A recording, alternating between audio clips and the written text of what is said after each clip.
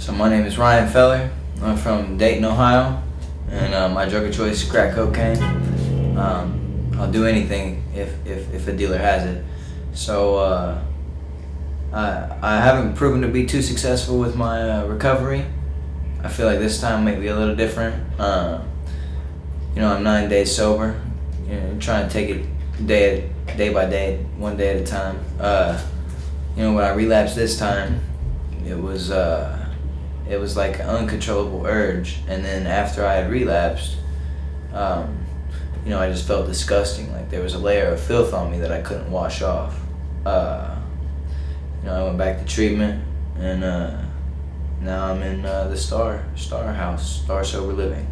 I'm gonna try and do the 90 and 90 meetings in 90 days. I'm gonna actually call my sponsor now instead of just going for the drugs, going for what comes naturally to me. I'm ready to do it, man. That last incident, I felt disgusted. There's no other way for me to put it. Do you think that your addiction is hurting your family in any way? My addiction is crushing my family. My addiction has taken me away from my son. It's taken me away from my baby sister. It's just made me rob, cheat, steal, lie, all kinds of crazy stuff to my family. And I came down here as a last ditch effort, to try and better my life. Alright, well, you seem stressed out, so what's stressing you out, man? Man, I'm completely stressed. I don't know if it's because I'm sober or not, but I'm at my breaking point. Like, I feel like everybody knows that was at the PHP that I left, and I went and got high, and then I called Ray, and right before I got high on the dope, I was like, dude, I need to come back. I'm gonna get high right now. And then he was like, okay, I'm sending somebody to you, and I stand on the corner for it felt 30 minutes, you know what I mean? And I was like, dude, I can't fucking do this. I got dope and a rig in my pocket. I'm getting high right now. So I walked down the street, got high, and I thought it was dope, and it didn't hit me right away, because most of the time when I shoot dope, it hits me right away. So I'm like, all right, okay, maybe I just got lucky and I'm not gonna feel this. So I picked up my fucking bags and was gonna walk back out to Seacrest, and motherfucking, they hit me like a bag of bricks, man. I swear to God, I was like, from one second you're not high to the next second your eyes are closed shut because you're so high. And I was like, oh my God. I dropped my bags as soon as I picked them up, and I knelt down on my bags. It was pouring rain. I was like, please God, just help me. Just save my fucking life today. And that's the first time I ever said anything to God. So I pick up my bags, and they're getting really heavy, so I put them around my neck to carry them, you know what I mean? And I started walking down Seacrest, and Serge picked me up, so I was like, all right, that's a sign. But I was like, dude, I can't get in the van. I just got high. I'm not allowed to come back to the program if I get high, I don't think. And he was like, just get the fuck in the van. We'll talk about it when you get home. And then, so when I piss in the cup for these guys, I don't drop dirty for anything. I'm like, what? I swear to God, I shot some dope. He was like, yeah, you probably should shot fentanyl. And so they ran it through the lab, and it was fentanyl, no dope. But I'm pissed right now. Probably part of the reason is because I'm sober, but I don't feel like that. I feel like I'm fucking mad because every little thing in my life right now is picking apart my brain. I'm not even picking it apart. It's picking my brain apart. I'm just livid today, man. I don't know what it is. It's just, all these little things are getting to me, dude. How long you been sober for? 48 hours. 48 hours? Yeah, and I did dope. And when Serge pulled up on me, I was like, man, okay.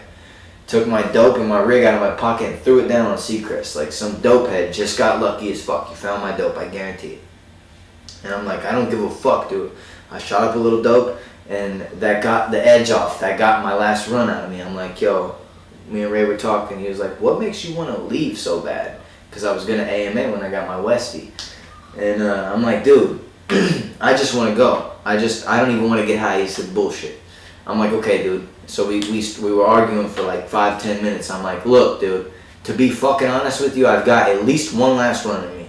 And I got that shit off my chest when I left here. I got my last run out of the way. And I don't want to do drugs right now. I I don't like the restriction. I don't like the fact that I fucked up here and I probably restarted my restriction with an extra week. I don't like the fact that when I left, I restarted my PHP. I don't like the fact that I get to see everybody in here that's not on restriction and I'm the only fucking male that's on restriction. It drives me batty, dude. I'll look forward in the future and I'll be like, shit's looking like it's either A, it's looking like it's gonna turn out solid, or B, I'm fucking relapsing. I don't care about this, and that's terrible. And so they're telling me just live for the day. And it's so hard because I've never, ever, ever, ever put my mind just for today. Even though I might say I'll be sober for just for today, I think 20 years in the future, 10 days in the future. All the future really is to me is preconceived resentments. That's it. Because when I'm thinking about the future, I'm thinking about all the shit that I'm going to be able to be doing in the future. And when I get to that point in my life and I can't do it, I resent that so much. It's a preconceived resentment. It's like fucking, it'll make me angry thinking about the future. And then when I get to the future, dude, I used to think about the future all the time when I was a little kid. Now, where the fuck am I at? I resent myself so much for that shit. Because nobody else is the cause of my problems but me. I fucked up so hardcore. I started shooting dope. I started smoking crack. It fucked up my life, dude. Washed it away, dude. I had a fucking full ride to Wright State, and because I wanted to shoot dope, I didn't go to a 4-year college. Full ride. Like, what triggered you to want to get high this time? Anything and everything that pisses me off. What are your steps towards making yourself not go out there and actually leave and go get high? Literally, the steps I have for myself are extremely easy, but they're hard for me to follow because I want to get high so bad. It's like my steps are hold myself accountable, think long range, and fucking take it day by day.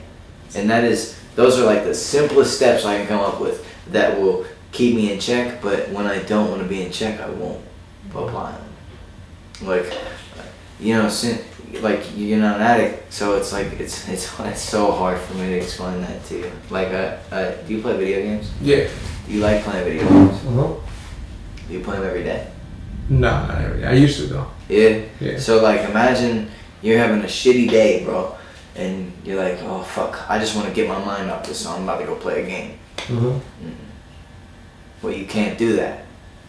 It's fucking tough, man. Oh, no, I feel you. It's ridiculously hard. So, and these facilities, dude, they're not locked down.